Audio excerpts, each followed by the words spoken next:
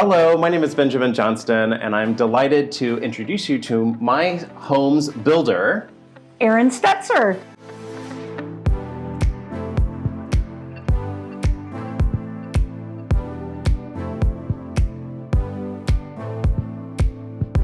So we are standing on European white oak floors that we did a really beautiful herringbone floor pattern. And the difference kind of between herringbone and chevron is that herringbone actually interlocks with one another. Okay. Versus chevron, where it's actually kind of a mitered cut where they join together and they form more of a triangulation that's more precise.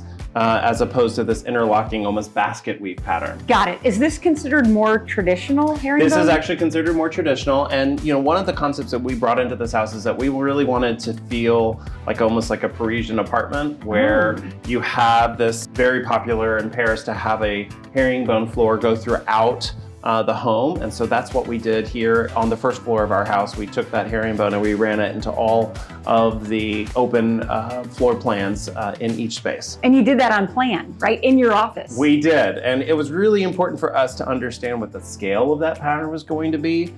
You can do very large, you can do very small, how big are the widths of the plank, but we really wanted to make sure that the size that we ultimately picked, that was fabricated, really met our expectations in terms of center lines as they go through the house. Wait, I need to hug him. This is what every builder loves.